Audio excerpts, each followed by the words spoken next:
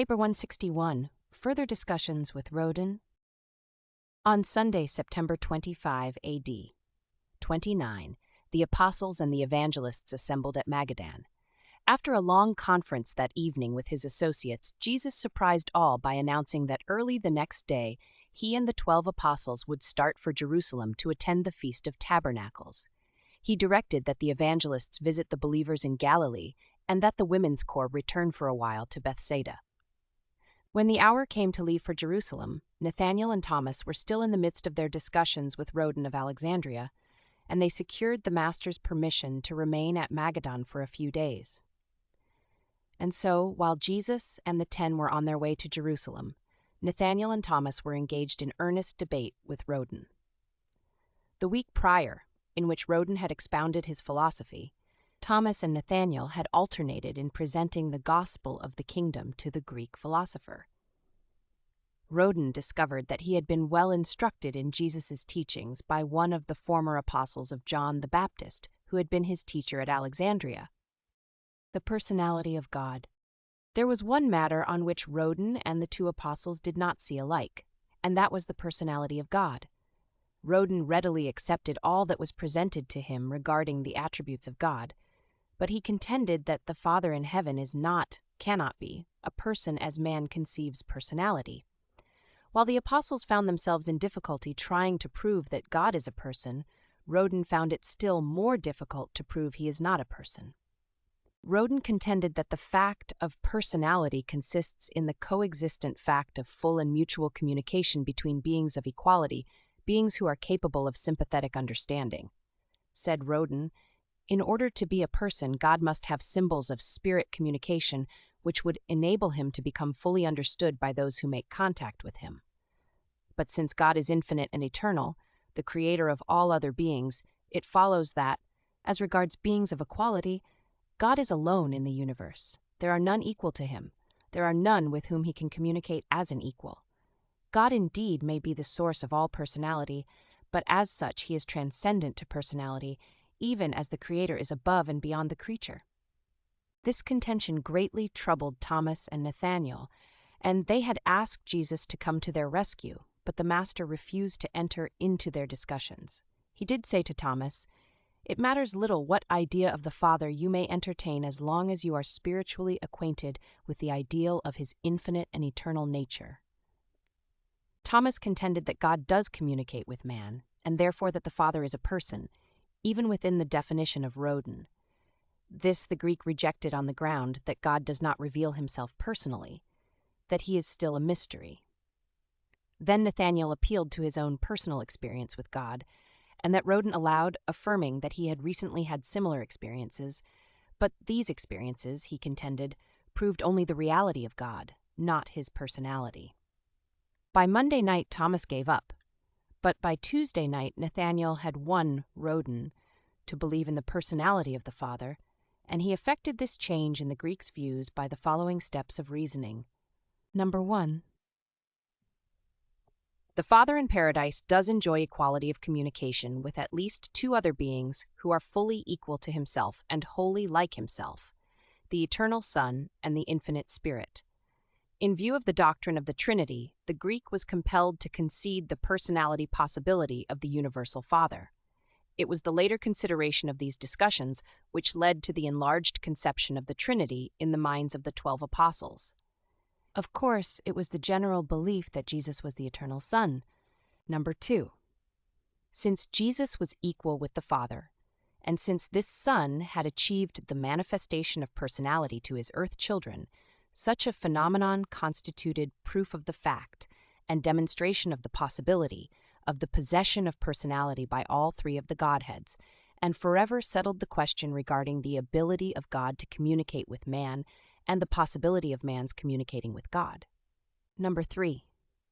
That Jesus was on terms of mutual association and perfect communication with man, that Jesus was the Son of God, that the relation of Son and Father presupposes equality of communication and mutuality of sympathetic understanding, that Jesus and the Father were one, that Jesus maintained at one and the same time understanding communication with both God and man, and that since both God and man comprehended the meaning of the symbols of Jesus' communication, both God and man possessed the attributes of personality, insofar as the requirements of the ability of intercommunication were concerned. That the personality of Jesus demonstrated the personality of God, while it proved conclusively the presence of God in man. That two things which are related to the same thing are related to each other. Number 4. That personality represents man's highest concept of human reality and divine values. That God also represents man's highest concept of divine reality and infinite values. Therefore, that God must be a divine and infinite personality.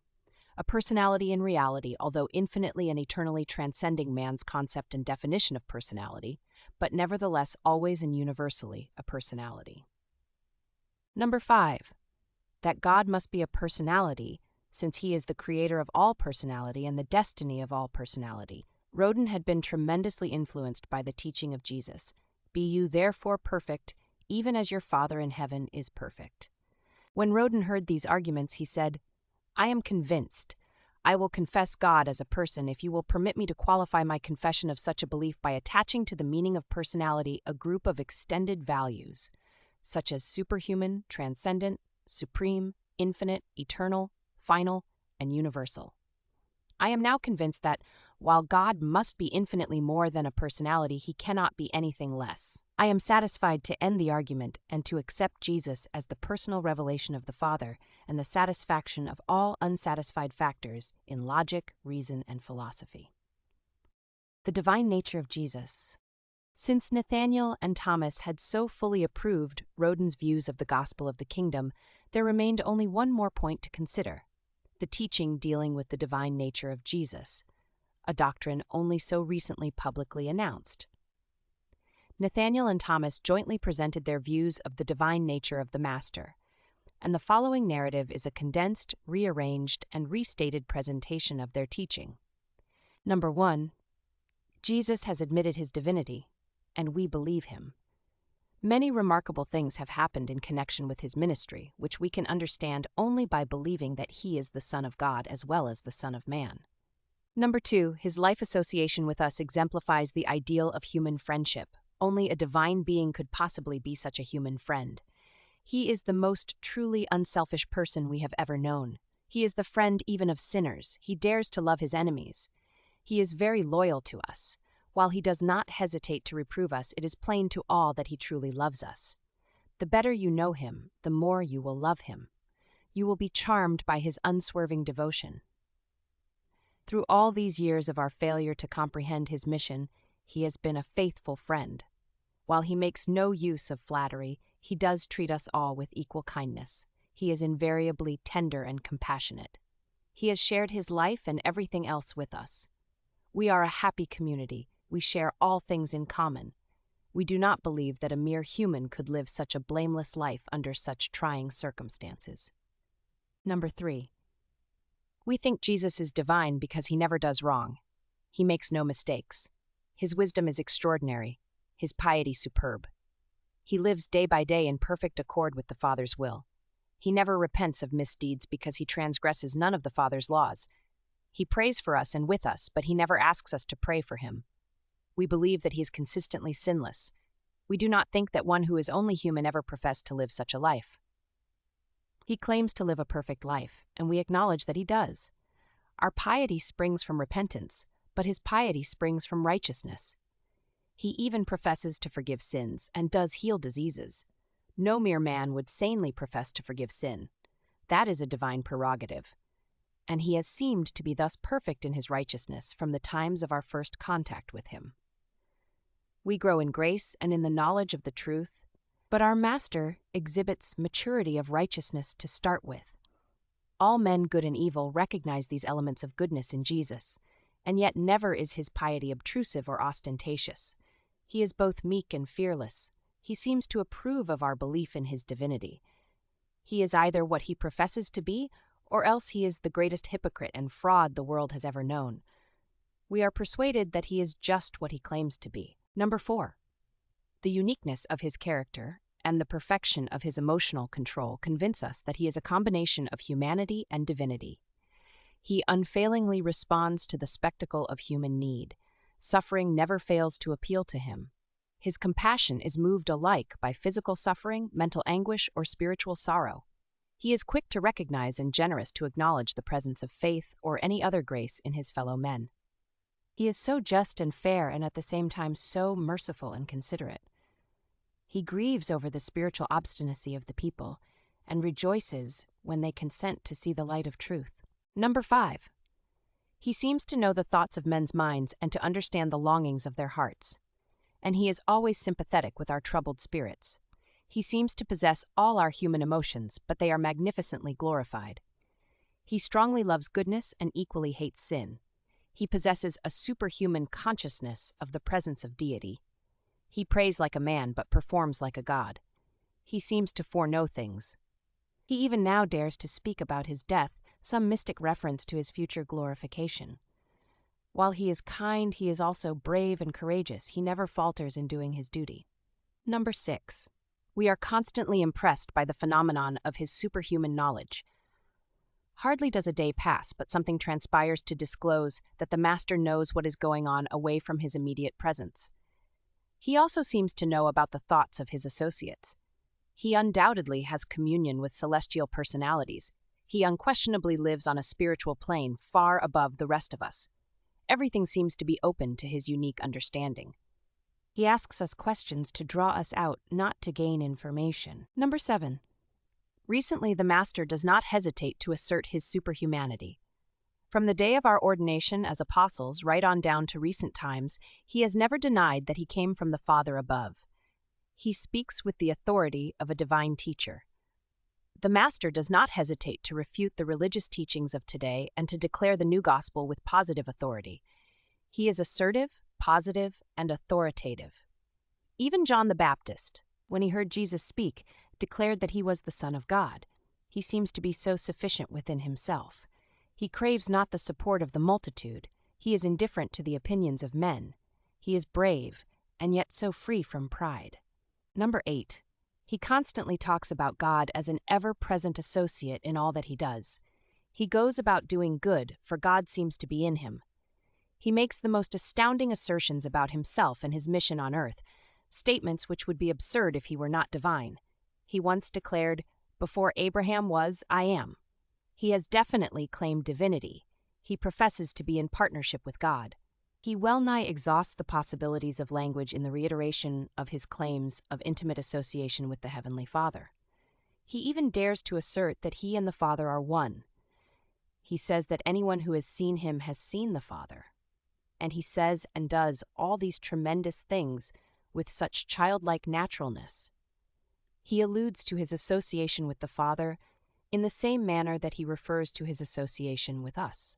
He seems to be so sure about God and speaks of these relations in such a matter-of-fact way. Number 9. In his prayer life, he appears to communicate directly with his Father. We have heard few of his prayers, but these few would indicate that he talks with God, as it were, face to face. He seems to know the future as well as the past. He simply could not be all of this and do all of these extraordinary things unless he were something more than human. We know he is human, we are sure of that, but we are almost equally sure that he is also divine. We believe that he is divine. We are convinced that he is the Son of Man and the Son of God. When Nathaniel and Thomas had concluded their conferences with Rodan, they hurried on toward Jerusalem to join their fellow apostles, arriving on Friday of that week. This had been a great experience in the lives of all three of these believers, and the other apostles learned much from the recounting of these experiences by Nathaniel and Thomas. Rodan made his way back to Alexandria, where he long taught his philosophy in the school of Magadan. He became a mighty man in the later affairs of the kingdom of heaven. He was a faithful believer to the end of his earth days, yielding up his life in Greece with others when the persecutions were at their height. Jesus' human and divine minds. Consciousness of divinity was a gradual growth in the mind of Jesus up to the occasion of his baptism. After he became fully self-conscious of his divine nature, pre-human existence, and universe prerogatives, he seems to have possessed the power of variously limiting his human consciousness of his divinity. It appears to us that from his baptism until the crucifixion, it was entirely optional with Jesus whether to depend only on the human mind or to utilize the knowledge of both the human and the divine minds. At times, he appeared to avail himself of only that information which was resident in the human intellect. On other occasions, he appeared to act with such fullness of knowledge and wisdom as could be afforded only by the utilization of the superhuman content of his divine consciousness. We can understand his unique performances only by accepting the theory that he could, at will, self-limit his divinity consciousness. We are fully cognizant that he frequently withheld from his associates his foreknowledge of events, and that he was aware of the nature of their thinking and planning. We understand that he did not wish his followers to know too fully that he was able to discern their thoughts and to penetrate their plans. He did not desire too far to transcend the concept of the human as it was held in the minds of his apostles and disciples. We are utterly at a loss to differentiate between his practice of self-limiting his divine consciousness and his technique of concealing his pre-knowledge and thought discernment from his human associates. We are convinced that he used both of these techniques, but we are not always able, in a given instance, to specify which method he may have employed. We frequently observed him acting with only the human content of consciousness. Then would we behold him in conference with the directors of the celestial hosts of the universe and discern the undoubted functioning of the divine mind. And then on almost numberless occasions did we witness the working of this combined personality of man and God as it was activated by the apparent perfect union of the human and the divine minds. This is the limit of our knowledge of such phenomena. We really do not actually know the full truth about this mystery.